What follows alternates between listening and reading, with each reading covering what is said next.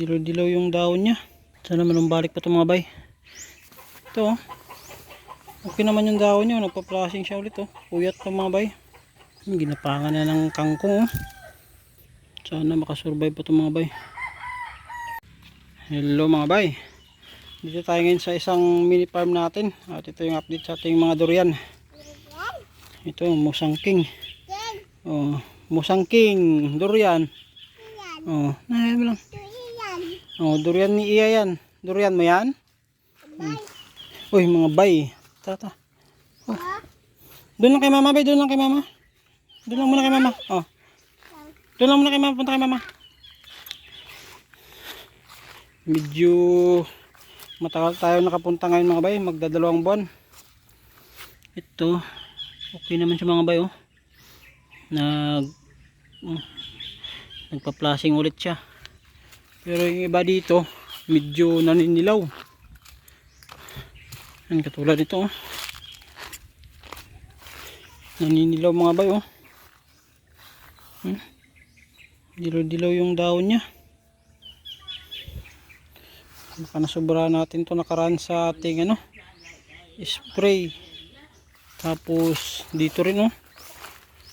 Naninilaw mga bay oh.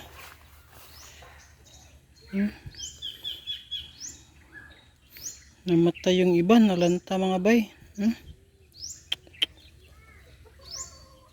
Sana magapan pa natin to.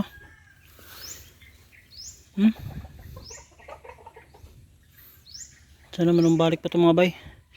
Tapos sobrang ano masukal kasi nakaraan hindi natin masyadong nilinisan.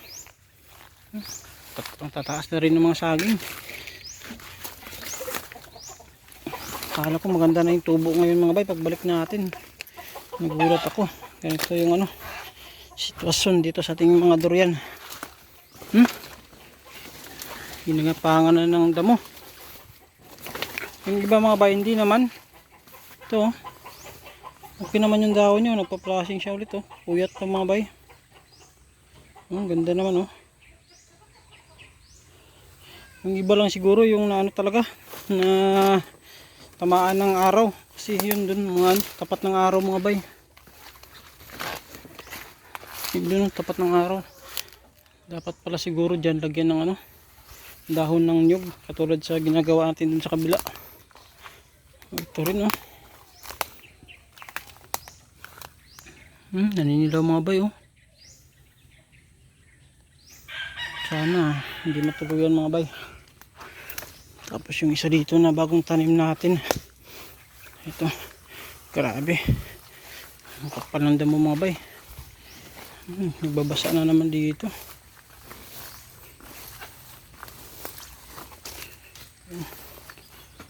Ilisan natin ito mga bay. Ginapangan na ng kangkong. Ito. Medyo okay naman mga bay. Bagong flashing siya. Linisan natin yan. Tapos tabasin natin to. Ang kapal na ng ano, mga gabi.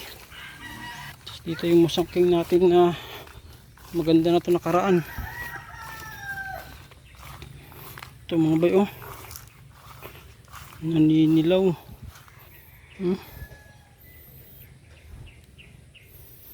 Sana makasurvive pa ito mga bay.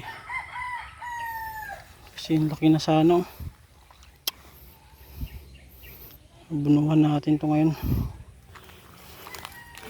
Tapos dito rin yung isa na kakatanim natin nakaraan. Yan, pinaluputan na din ng damo. Tapos ano na yung ano daon ng nyug. Hindi kasi talaga tayo nakapunta nakaraan mga bay kasi busy. Dapat talaga every month tayong bibisita dito sa ating ano isang mini farm. Yan. Baka magapan pa naman natin yan mga bay. Itong isa ganun pa rin oh. Ito yung nakaraan na nasunog. Pero may mga palabas na naman na siya na bagong mga ano sprout. Tapos dito yung isa kapal na ng damo oh. Ayan. Ganun din naninilaw yung mga dahon. makasurvive naman siguro ito mga bay, kasi yun o, palabas naman na siya na mga bagong dahon. Yung iba lang o, yung mga dulo namatay. Ito o, linisan natin ito mga bay, tapos fertilizer tayo.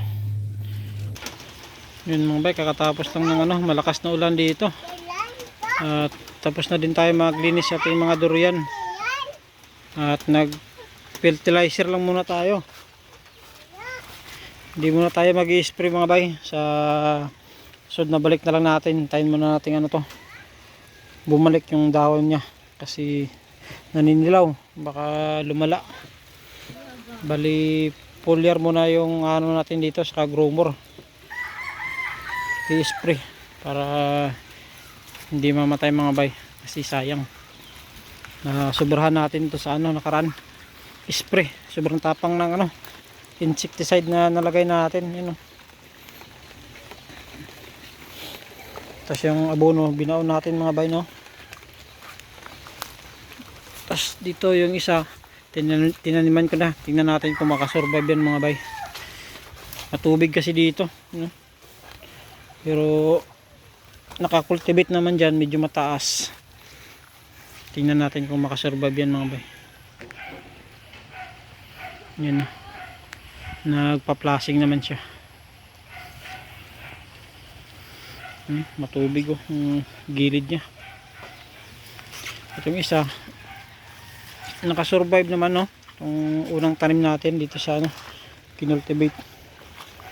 Pero hindi masyadong ano dito, matubig. Yan, maganda na rin yung dahon nya, kaka-flashing lang. Tsaka ano, wala naman masyadong ano pala dito, mga insekto na umatake, kaya okay lang siguro kahit hindi muna tayo maglagay ng ano insecticide saka pangpunggos, kasi wala naman. Ano lang, growmer saka foliar lang yung munang ano natin dito, pang spray. Yan ito, parang ang ganda na ng dahon nitong mga bay.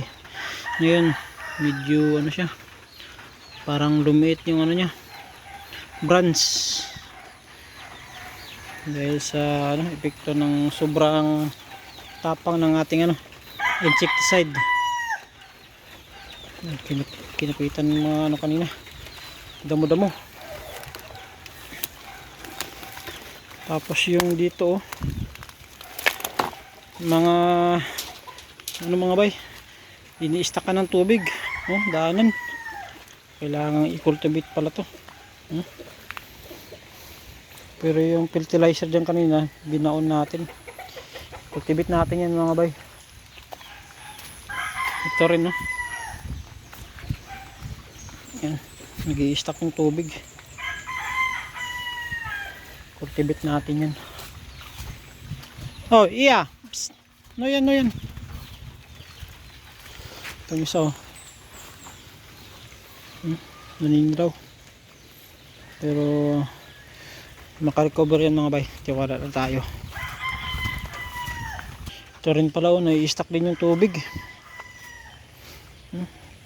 Ito yung nakaraan na, ito pa lang yung nakaraan mga bay nung ano, nakikita ko na nanilaw. Ngayon halos dun kasama na. Buti pala hindi tayo nag-spray nakaraan, kasi sobrang tapang. Ito rin, pero makarecover na din to. Yun o, may mga ano na siya, bagong dahon na palabas. Yan, cultivate lang natin ito mga bay, no? Medyo umaga pa naman kasi uwi din kami ngayon. At yan lang muna mga bay for today's video dito sa ating isang mini farm sa Presidente Ruas, North Cotabato.